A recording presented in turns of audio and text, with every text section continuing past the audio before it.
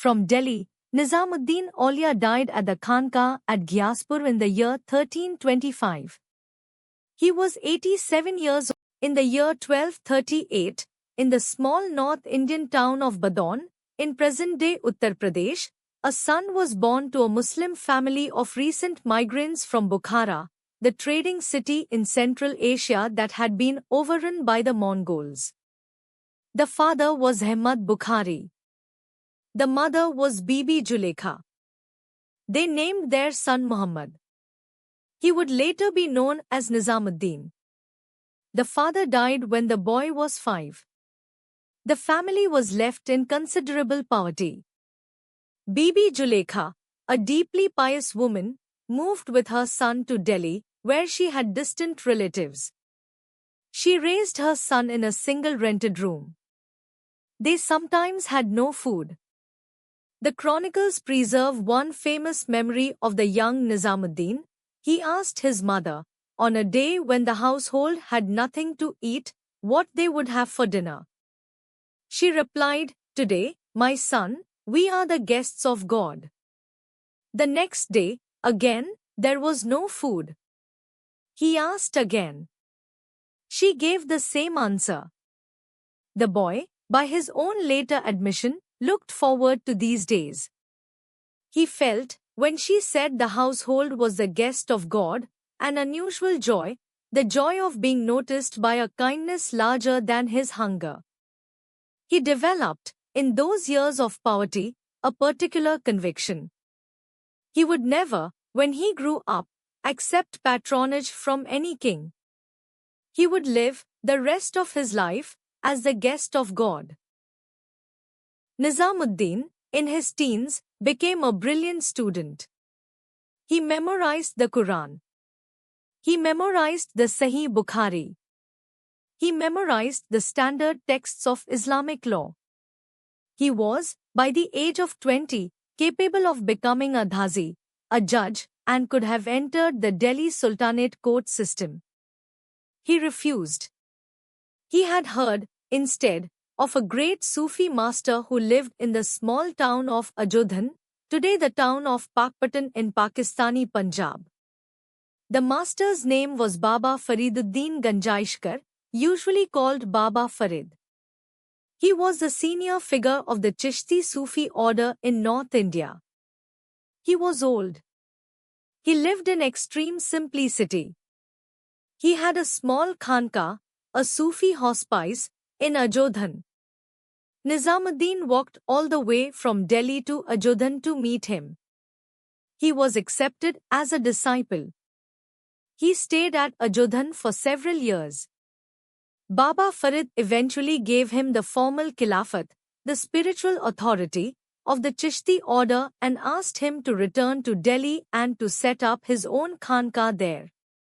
He gave Nizamuddin one specific instruction: never accept any gift from any king. The Delhi sultans of the period were rich, generous, and constantly seeking the blessing of famous Sufis. Baba Farid told his young disciple to refuse, every time, without exception. Nizamuddin returned to Delhi. He found a small piece of land in the village of Ghiaspur, at that time outside the walls of Delhi, today a major neighborhood in central Delhi called Nizamuddin. He built, with whatever donations the local poor could offer, a small khanqa. Nizamuddin's khanqa at Ghiaspur quickly became famous, but not for the reason most religious institutions become famous. It became famous because it had an open kitchen, known in Persian as a langar, that fed anyone who walked through the gate, every day, 3 meals a day, regardless of their religion, caste, or social status. The langar was open to Hindu peasants, Muslim soldiers, foreign travelers, beggars, lepers, prostitutes, runaway slaves, fugitive criminals, and traveling merchants. Anyone who appeared at the gate was given a place to sit on the floor, a plate of rice and lentils and vegetables, and a cup of water. No questions were asked. No identification was required. No service in return was expected. The kitchen ran, year after year, on the daily donations of small householders in Delhi, a handful of rice from one, a small bag of lentils from another. It never accepted a single donation from the Delhi Sultanate court. Several sultans tried to give large donations. Nizamuddin refused them all. By the end of his life, the chronicles say, the Khanqah was feeding several thousand people daily. It was the largest food distribution operation in Delhi, larger than the official Sultanate-funded charities, and it was run entirely on small contributions from the city's poor and middle class. Among the many disciples who gathered at the Khanqah was a young court poet named Yaminuddin Abul Hasan, known by his pen name Amir Khusro. Khusro was, when he first came to Nizamuddin, in his late 20s, already established as the principal court poet of the Delhi Sultanate. He was a Turk by ancestry, born in a small town near Patiala. He was a master of Persian poetry. He was also, unusually, deeply fluent in spoken Hindavi, the Proto-Hindi-Urdu mixture spoken in the streets of Delhi. He became Nizamuddin's chief disciple. He composed, over the next 30 years, an astonishing body of literature in both Persian and Hindavi, including the verses that, when set to music, would become the foundation of the Qawwali form of Sufi devotional singing. Nizamuddin had encouraged Khusro to set the spiritual poetry of the Chishti order to music. Khusro did. He invented, for the purpose, several new ragas of Hindustani classical music. He invented the tabla, the small two-drum instrument that is now the standard percussion accompaniment to almost all North Indian classical music. He invented the sitar, by adding strings to an existing Persian instrument called the sitar, though scholars dispute this. He invented, most importantly for the popular tradition, the Qawwali, the seated group performance of devotional Sufi poetry by a small ensemble of singers, with handclaps and harmonium and tabla. The Qawwali, as it is performed today across India and Pakistan, descends in unbroken tradition from the gatherings at Nizamuddin's Khanqah in Ghiaspur in the early 1300s. In the early 1300s, the Delhi Sultanate was ruled by a series of increasingly unstable sultans. The most famous in Nizamuddin's later years was Ghiyasuddin Tughlaq, the founder of the Tughlaq dynasty, who, in 1321, took the throne by overthrowing his predecessor. Ghiyasuddin attempted, in his short reign, to bring Nizamuddin under the patronage of his court. He sent gifts. Nizamuddin returned them. He sent emissaries demanding the saint's presence at court. Nizamuddin politely declined. The tension between the Sultan and the saint grew. In 1324, Ghiyasuddin departed Delhi on a major military campaign to the south, in present-day Bengal. He sent, on his departure, a final demand: Nizamuddin must, on the Sultan's return, formally appear at court and offer obeisance.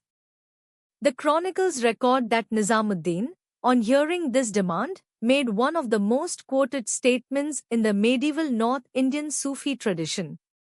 He said simply, in Persian, Hanuz Dilli dur ast, Delhi is still far. Meaning, the Sultan has not yet returned. Many things can happen before he does. The statement was repeated across Delhi. Ghiyasuddin, when news of it reached him on campaign, was furious. He completed his Bengal campaign. He started the march back. As he approached Delhi, the new royal pavilion that his son Muhammad bin Tughlaq had built for his triumphal return collapsed. Ghiyasuddin was crushed under the falling timber. He died. He never reached Delhi. The phrase Hanuz Dilli dur ast, Delhi is still far, has been used in the Indo-Persian tradition ever since to mean Be careful about what you are sure will happen. Nizamuddin Aulia died at the Khanqa at Ghiaspur in the year 1325. He was 87 years old. He died peacefully. He left no money. He left no land. He left no children. He left, behind him, only the open kitchen, which his successor immediately took over and continued to run, and a body of conversations recorded by his disciple Amir Hassan Sidzi in a book called The Fawaidul Fuad, The Morsels for the Heart. The Fawaidul Fuad, 393 short conversations recorded over 14 years, is one of the great works of medieval Indian Sufi literature. Amir Khusro, his greatest disciple, died only 6 months after Nizamuddin. He had been ill. The death of his master, by all accounts, ended his will to live. Khusro was buried at the foot of Nizamuddin's tomb. The two graves still lie side by side in the small courtyard of the present-day Nizamuddin Dargah in central Delhi. Khusro's verses are still sung over both graves every Thursday night by Qawwali ensembles that have been performing there, in some form or another, for 7 centuries. The Nizamuddin Dargah, today, is one of the busiest religious sites in central Delhi. The shrine receives hundreds of thousands of visitors per year. The visitors include Muslims of every Indian region, Hindus from across India, Sikhs, Christians, and foreign tourists. The Thursday night Qawwali performances draw audiences of several hundred at a time, sitting on the marble floor of the courtyard, listening to Qawwali ensembles like the Nizami brothers perform verses that Amir Khusro wrote in front of Nizamuddin Aulia himself over 700 years ago. The Sufi Langar, the open kitchen, at the Dargah still operates. It still feeds anyone who arrives. It is still funded, almost entirely, by small contributions from local Delhi households and from the daily visitors themselves. The kitchen has, by the Dargah's own count, served continuous free meals for over 700 years, making it almost certainly the longest-running soup kitchen in the world. Delhi, the city, has been destroyed and rebuilt many times during those 7 centuries. The Mughal capital came and went. The British Raj came and went. The Sultanate dynasty that Nizamuddin had refused to bow to has been forgotten by ordinary Delhiites. The small Khanqa at Ghiaspur, however, still serves dinner to anyone who walks through the gate. Tomorrow's story comes from another corner of India. Subscribe to walk with us through the folklore of every region, in your language.